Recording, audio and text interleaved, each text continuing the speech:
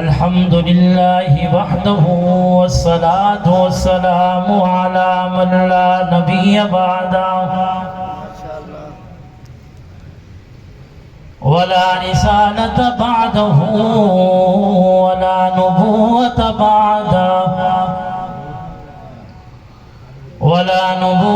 بعده ولا معصوم بعده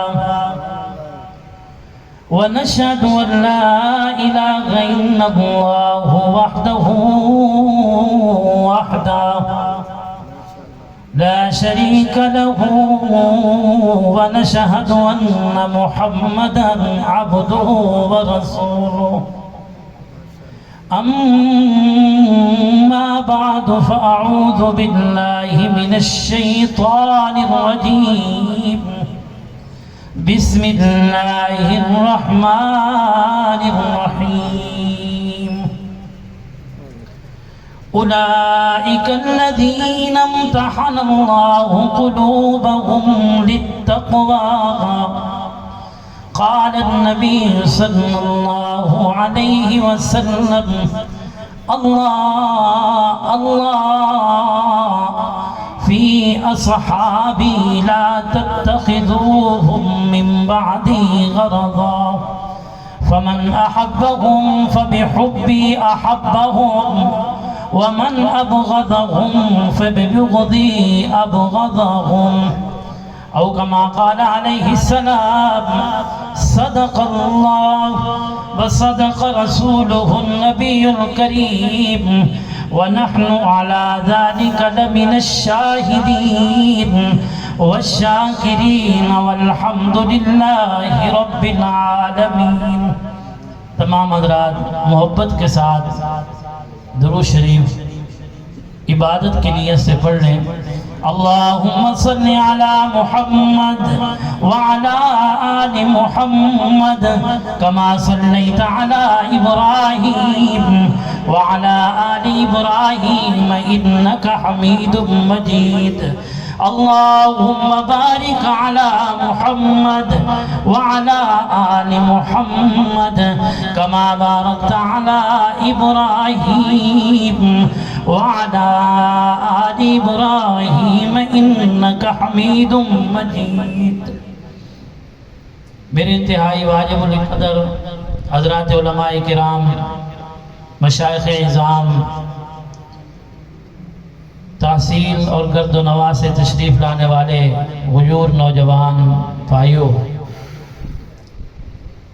میرے انتہائی محترم مشفق مولانا مفتی محمد طارق جمیل صاحب دامت برکاتہم العالیہ، اللہ تبارک و تعالی ان کے علم میں، عمل میں، ان کے خلوص میں مزید برکتیں نصیب فرمائے۔ میں ایک طالب علم ہوں، کوئی خطیب شتیب نہیں ہوں، میں دو چار باتیں عرض کروں گا۔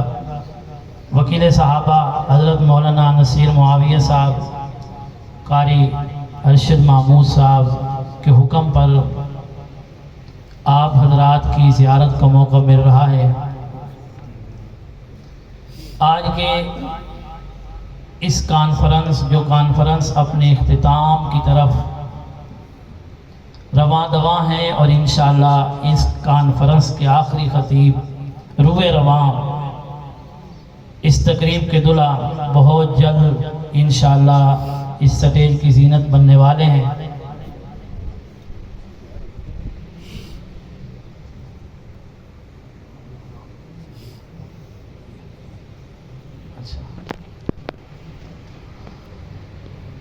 حضرت کا بیان ہوگا، بس ایک بات حضرت کے آنے سے پہلے میں عرض کرنا چاہوں گا۔ قرآن کریم کو جب دیکھا، پڑھا، اس کا مطالعہ کیا، ایک بات بڑی عجیب پائی۔ وہ بات یہ تھی، جس ذات کے لیے، جس شخصیت کے لیے، جس ہستی کے لیے یہ کون و مکان، یہ ارض و سما سب کچھ سجایا گیا، جن کا نام نامی، اسم گرامی، جناب محمد سب کہو صلی اللہ علیہ وسلم. آپ کی عظمت، آپ کی شان، آپ کا مقام کس قدر بلند ہے. تو ایک ہی جملے کے اندر کسی نے یوں کہا کہ اللہ کے بعد کائنات میں سب سے اونچا مقام جناب محمد رسول اللہ صلی اللہ علیہ وسلم. اب میرے آقا کی شخصیت، حیثیت نبی کی ہے، اور نبی کو پڑھانے والا، سکھانے والا، چلانے والا صرف اور صرف ایک اللہ ہوتا ہے. میرے آقا علیہ الصلوۃ والسلام سے جب بھی کسی موقع پر آپ کی نبوت کے شایان شان جو قول اور فعل نہ ہوتا، خود اللہ تبارک و تعالی میرے محبوب کو فرما دیتے اے نبی یہ تیری شایان شان نہیں. سبحان اللہ سبحان اللہ. کئی مثالیں ہیں، میں صرف ایک مثال کی طرف اشارہ کر کے آگے بڑھوں گا.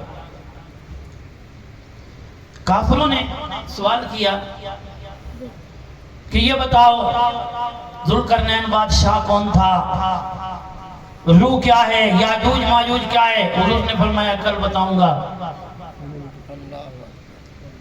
دوسرے دن ہوا، کافر آئے کا جواب، کہا ابھی تک تو میرے پاس وہی نہیں آئی، کل بتاؤں گا. کام چلتا رہا. جب وہی آئی اللہ نے اپنے محبوب کو فرمایا کیا میرے محبوب وَلَا تَقُولَنَّ لِشَيْءٍ إِنِّي فَاعِلٌ ذَلِكَ غَدًا إِلَّا أَن يَشَاءَ اللَّهُ. کائنات کے اندر یوں کوئی بھی کہتا رہے کہ کل میں یہ کام کروں گا، کل میں یہ کام کروں گا، اگر وہ میرے نام کے برکت کے ساتھ یہ بات نہ کرے اس کے لیے تو یہ کام مستحب ہوگا، اس کے لیے یہ کام ضروری نہیں ہوگا. لیکن اے محبوب تو میرا نبی ہے، تو میرا پیغمبر ہے، تو میرا رسول ہے، تیری یہ شان نہیں ہے کہ جب بھی تو کہے کہ میں کل یہ کام کروں گا تو پھر تو مجھے یاد نہ کرے، انشاءاللہ نہ کہے.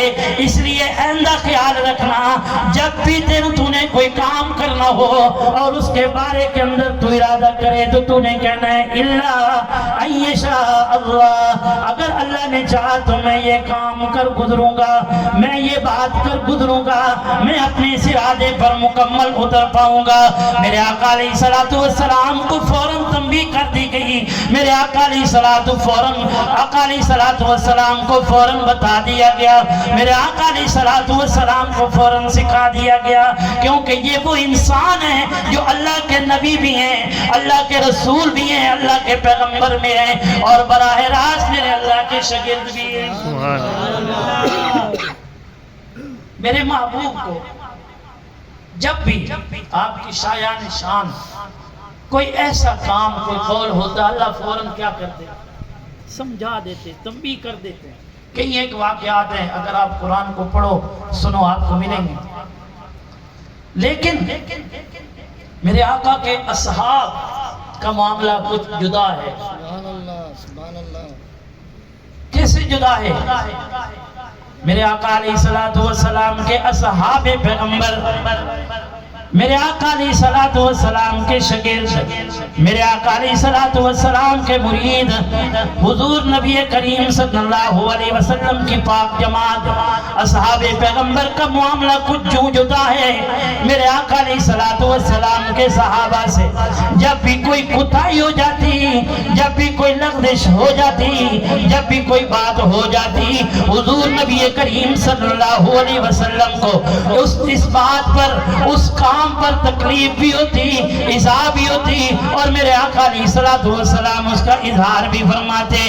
کبھی اس انداز کے اندر اظہار فرماتے آپ کے چہروں پہ بل آ جاتے، کبھی اس انداز کے ساتھ اظہار فرماتے اپنے چہرے کو پھیر لیتے، کبھی اس انداز کے ساتھ آپ صلی اللہ علیہ وسلم اظہار فرماتے. میرے آقا علیہ الصلوۃ والسلام بیان فرماتے اے میرے صحابہ، آپ سے یہ غلطی ہوئی ہے، آپ سے یہ کوتاہی ہوئی ہے، آپ سے یہ گزش ہوئی ہے، آئندہ کے بعد میں آپ سے بات بھی نہیں کرنا چاہتا، میں آپ سے کلام نہیں کرنا چاہتا، میں آپ کو اپنی مجلس میں نہیں بیٹھنے دینا چاہتا، میں آپ کے ساتھ ناراض ہوں۔ چہرہ انور سے معلوم ہوتا میرے پیغمبر اپنے صحابہ کے ساتھ، اپنے مریدین کے ساتھ، اپنے شاگردوں کے ساتھ ناراض ہیں۔ میرے آقا علیہ الصلوۃ والسلام اپنے کسی صحابی کی آمد پر جب اس کو ناگزیر سمجھتے، جب اس کو ناگوار سمجھتے، آپ کے چہرے انور کی پیشانی پر بل آ جایا کرتے۔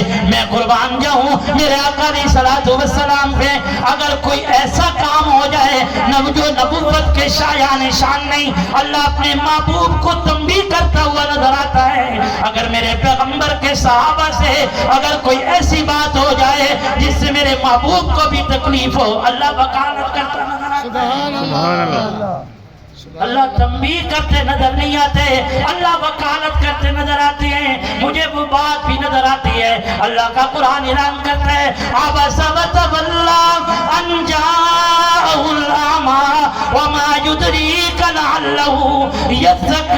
میرے آقا کی خدمت کے اندر سرداران مکہ تشریف لائے ہیں۔ حضور علیہ الصلوۃ والسلام نے اپنے صحابہ سے فرمایا میرا دل چاہتا ہے جس طرح تم جنتی بن چکے ہو اور جنت کے سٹپٹے اللہ نے تمہارے نام لکھ دیے اور میں اپنی آنکھوں سے تمہاری جنت دیکھ کے آیا ہوں، سبحان اللہ، تمہارے محل دیکھ کے آیا ہوں۔ میرا دل چاہتا ہے مکے کی سرزمین کے اوپر کوئی بھی میرا امتی ایسا نہ رہے کہ جو جنت میں جانے والا نہ بن جائے۔ خدا را تھوڑی دیر کے لیے بڑی معذرت کے ساتھ تم اپنی مجلس الگ لگا لینا، مجھے اپنی مجلس الگ لگانے دو۔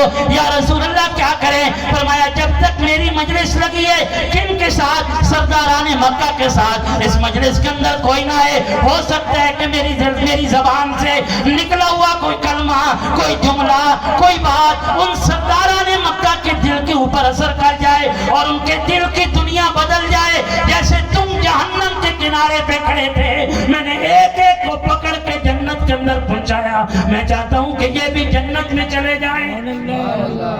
ایک صحابی رسول بات کے اندر آئے، میرے آقا علیہ الصلوۃ والسلام کا پیغام نہیں سنا، اعلان نہیں سنا، میرے آقا کی بات کو نہیں سنا، تشریف لے آئے۔ میرے آقا علیہ الصلوۃ والسلام کا یہ صحابی آنکھوں سے دیکھ نہیں سکتا، لیکن میرے آقا کی جسم سے اٹھنے والی خوشبو کی جھلکوں کو، خوشبو کو اپنی ناک سے سونگتے سونگتے حضور کی مجلس کے اندر پہنچ گیا۔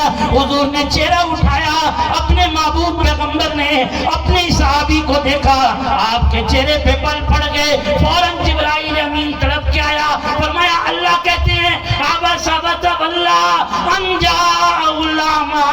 اے اللہ کے محبوب پیغمبر، اللہ فرماتے ہیں ہم تمہیں تنبیہ کرتے ہیں، اپنے صحابی کی وکالت کرتے ہیں۔ ہم تمہیں تنبیہ کر رہے ہیں، اپنے صحابی تیرے صحابی کی وکالت کرتے ہوئے کہتے ہیں کسی کے اپنے محبوب اپنے صحابہ میں سے کسی صحابی کے آ جانے پر تجھے ناگواری نہ ہو، چاہے کوئی ایمان قبول کرتا ہے یا نہیں کرتا، تیرا کام ہے ان کو پہلے سینے سے لگانا۔ سبحان اللہ، یہ میرے محبوب پیغمبر کے صحابہ کی شان، اپنے محبوب کو تنبیہ اور اپنے محبوب کے صحابہ کی وکالت کی جا رہی ہے۔ میرے آقا علیہ الصلوۃ والسلام احد کے میدان کے اندر پہنچے، حضور علیہ الصلوۃ والسلام نے اپنے صحابہ کے ایک ٹولے اور ایک جماعت کی ڈپی لگائی، فرمایا کہ اس درے سے آگے پیچھے نہیں ہونا، مال غنیمت اگر حاصل کرنے کے لیے بھی لوگ اگر بکھر جائیں اور مال غنیمت لینا چاہیں، فتح کا اعلان شروع ہو جائے، لیکن تم نے اس درے سے نہیں ہٹنا۔ میرے آقا علیہ الصلوۃ والسلام کی جماعت، میرے پیغمبر کے صحابہ اس درے کے اوپر پہنچ گئے، جنگ ہوتی رہی، یہاں تک کہ جنگ کا نقشہ کوئی یوں تھا، کفر بھاگتا ہوا نظر آیا، اسلام بلند ہوتا ہوا نظر آیا۔ میرے پیغمبر کے صحابہ کفر کو للکار کر کہہ رہے تھے آؤ نہ واپس، آج اسی میدان کے اندر فیصلہ ہو جائے، لیکن جب یہ کفر بھاگتا ہوا پیچھے تھا، میرے پیغمبر کے صحابہ کی یہ جماعت جو پہاڑ کے ایک درے کے اوپر کھڑی ہے اور یہاں پر پہرا دے رہی ہے. انہوں نے سمجھا کہ فتح کا اعلان ہو چکا ہے, مال غنیمت سمیٹا جا چکا ہے, واپسی کے لیے کوچ کرنے کے لیے صحابہ تیاری کر رہے ہیں. یہ یہاں سے ہٹے, میدان کے اندر پہنچے, وہ درہ خالی ہوا, وہ جاتے ہوئے کافر اسی طرح سے داخل ہوئے اور یہ فتح شکست کے اندر بدل گئی. وہ جو صحابہ پہلے فاتح بنے ہوئے تھے 70 صحابہ شہید ہو گئے. میرے پیغمبر علیہ السلام کے چہرے انور کے اندر, پھر چہرے انور کے اندر زرہ کی زرہ بھی چلی گئی اور میرے آقا علیہ السلام کا چہرہ خون ریز ہو گیا, آپ کے دندان بھی شہید ہو گئے. میرے آقا علیہ السلام کو